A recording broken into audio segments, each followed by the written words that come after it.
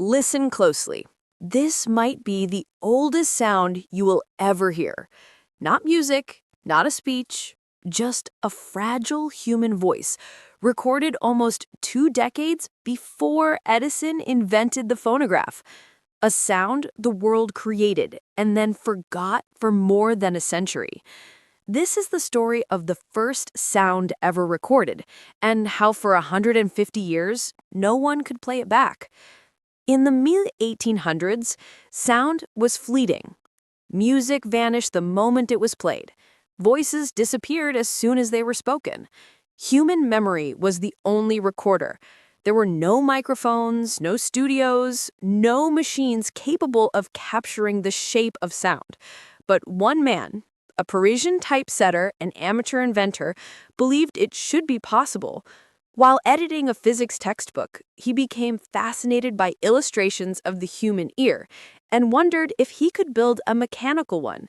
His name was Edouard Léon Scott de Martinville, a dreamer working in the shadows of giants. Scott wasn't a trained scientist. He wasn't rich or famous, but he had an obsession. What if sound, this invisible, fluid thing, could be trapped? Not to be played back, just captured. He wanted to see it, to create a mechanical stenographer that could write down a voice onto paper. And in 1857, he built a machine that could do exactly that. He called it the phonograph.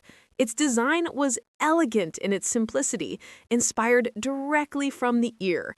A horn funneled sound toward a diaphragm, which vibrated. Attached to the diaphragm was a tiny bristle, a stylus, that danced with the vibrations, tracing them as wavy lines onto a turning cylinder of smoke-blackened paper. It worked! For the first time in history, a human voice was caught and held. But there was one massive problem. The phonograph had no way to play the sound back. It was a recorder with no speaker. A microphone with no ears. Scott had created the first sound recording in history, but he would never hear it. In April 1860, Scott used his device to record a short, 10-second clip of someone singing the French folk song Au clair de la lune. It was just a scrap of audio, a ghost etched in soot. He tried to share his invention with the scientific world, but without playback, it was treated as a novelty, a curiosity for studying acoustics, but not a revolution. Scott died in 1879, poor and unrecognized. His phonautograms, these silent lines on aging paper, gathered dust in archives. Just a few years later, Thomas Edison invented the phonograph, which could both record and play back. Edison became famous as the father of recorded sound. History, it turned out, was wrong.